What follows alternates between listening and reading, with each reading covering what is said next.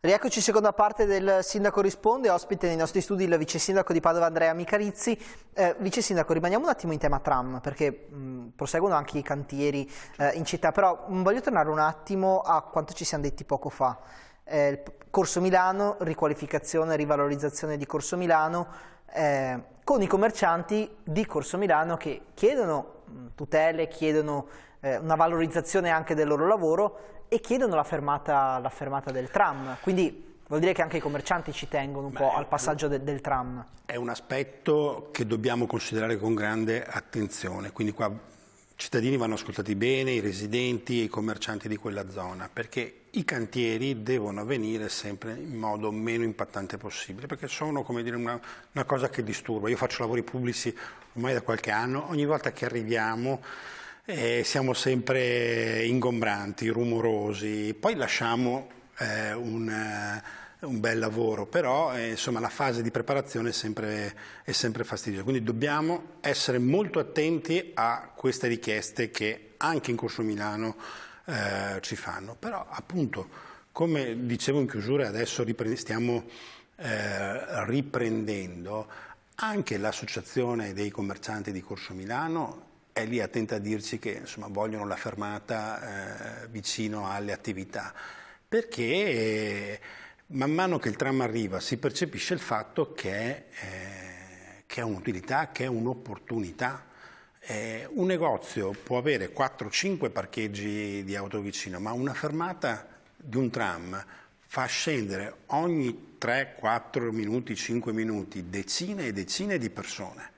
E questo non può che essere un'opportunità non solo per il centro, perché la gente arriva, come dire, in modo più sostenibile, ma anche per chi lungo la linea del tram ha delle attività. Ma le chiedo, vice sindaco, scusi, poi la lascio proseguire, voi da questo punto di vista continuate ad averci le interlocuzioni con i commercianti, perché insomma loro, e anche sfruttando i nostri microfoni, insomma si sono lamentati anche nei mesi scorsi per i cantieri, si sono anche chiesti, si sono domandati se il tram fosse effettivamente il mezzo giusto da portare in Corso Milano. Adesso lei mi dice che comunque vi chiedono anche la fermata, quindi non so, avete interlocuzioni, cosa vi dicono i commercianti, cosa vi chiedono? Certo, ma abbiamo fatto pubblico che chiedono la fermata vicino ai loro negozi, e questo vuol dire che lo percepiscono come un vantaggio. Non siamo noi a dirgli no, guarda, fate andare bene il tram, c'è il dibattito, come dire, generale sul tram, dove ci sono le posizioni, i cantieri, quello è ovvio,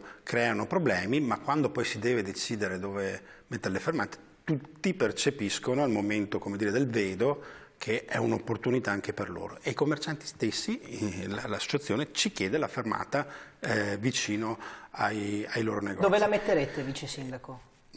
Stiamo trovando, come dire, non sarà questo il momento in cui, come dire, si svela il percorso definitivo, però c'è un'interlocuzione lì dove il tram, comunque, insomma, siamo ancora ai sottoservizi.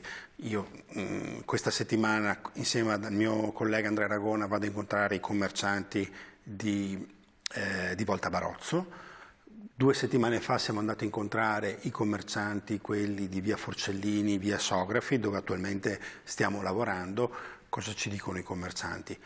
Ma anche i residenti, che il cantiere adesso è un fastidio, ma chi può dire diversamente? È ovvio che avere la strada libera è molto meglio che avere il cantiere, però anche lì dicono va bene, insomma, cerchiamo di lavorare perché il fastidio sia il meno possibile, dopo abbiamo un mezzo in più che porta le persone qui e abbiamo un servizio in più per i residenti, e questo non è da poco. Nel dibattito con la gente avverto questa differenza. Il residente è più disposto ad un piccolo sacrificio perché percepisce anche nel valore della propria casa e nel valore della propria qualità della vita che si sta lavorando per un miglioramento. Il commerciante questo ovviamente lo capisce, ma è spaventato dall'effetto immediato dei cantieri, e hanno ragione, e su questo noi dobbiamo essere presenti. Ecco perché li incontriamo e cerchiamo di limare al meglio ogni dettaglio. Poi ai microfoni è evidente che devono manifestare il loro disagio, è anche giusto che lo facciano, Ma è giusto che guardiamo non solo il dito, ma anche, come dire, la luna. Adesso non voglio fare, però che non vediamo, fare il filosofo. esatto, ma che capiamo poi che alla fine di tutto questo tutti ne usciremo meglio. Ci fa il punto sui cantieri attivi in questo momento in città per il tram, vice sindaco?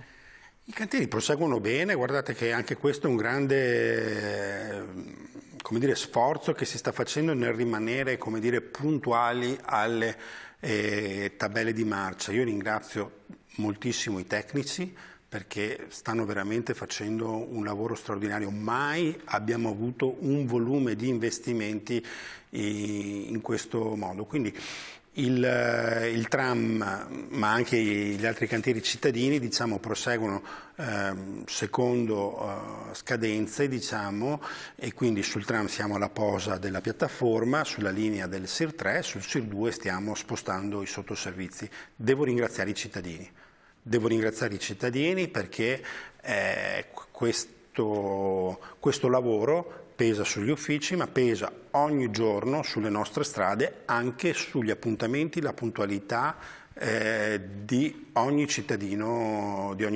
padovano che si carica un pezzo di questo investimento. Ringrazia anche i commercianti? Ringrazio tutti i cittadini, commercianti, lavoratori, pensionati e chiunque, insomma, perché insomma consapevoli, ecco, che da qui ne esce una città con più servizi.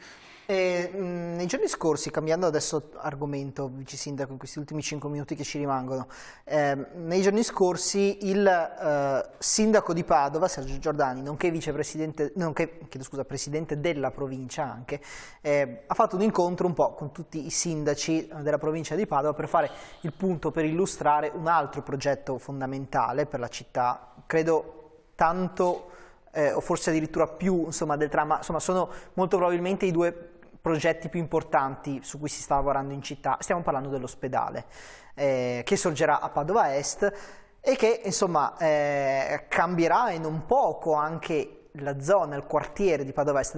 Nei giorni scorsi, martedì, vice sindaco, quando è venuto a trovarci, ci diceva come anche le nuove opere cambiano il volto, la fruibilità dei quartieri della città. Ebbene, da questo punto di vista, per Padova Est l'arrivo dell'ospedale è una vera e propria rivoluzione, credo.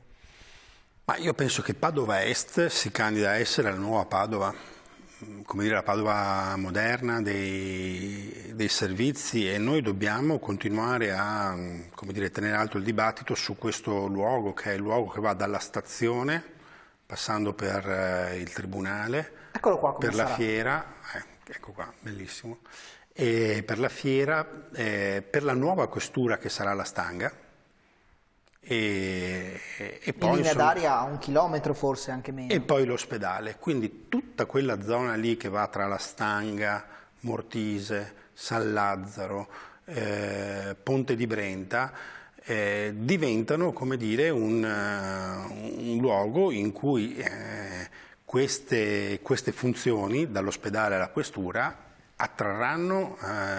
Posso fare un piccolo appunto? Certo.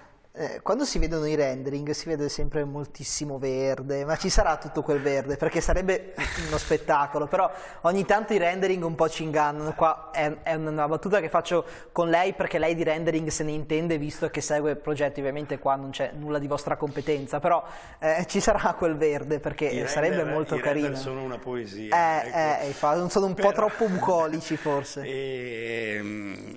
Però insomma a me piace immaginare che alle volte nel disegno anche dell'architetto ci sia lo stimolo sempre più ad avvicinarsi a quei risultati, e che quindi poi le caratteristiche costruttive si avvicinano all'ottenimento di quei risultati. Eventualmente intervenite voi, perché visto che continuate a piantare sempre molti alberi, come è giusto che sia, e anzi bene che lo facciate, magari Però intervenite non anche voi. Non sono specchietti per le allodole, ecco, l'ospedale sarà così, è che nel render non si vede poi, cioè, anche tutti gli uffici, le cose tutto in ordine, tutto a posto, le persone tutte belle, Vabbè, questo... le città senza macchine, quindi insomma, ecco.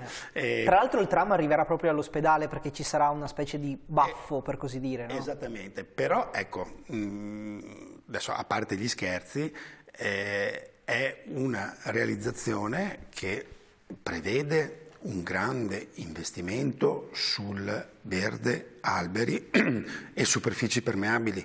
Lo dicevo prima e anche la puntata scorsa, ogni trasformazione per noi deve avere un mantra, quella della riconversione dello spazio secondo gli obiettivi di sostenibilità ambientali. Vedrete anche la questura, saremo sempre lì vicino, avrà questo tipo di come dire, senso, ed è in quella direzione che noi abbiamo impostato il bando, così come Piazza Azzurri, così come Piazza De Gasperi e altre trasformazioni che vogliamo fare, così come la Prandina.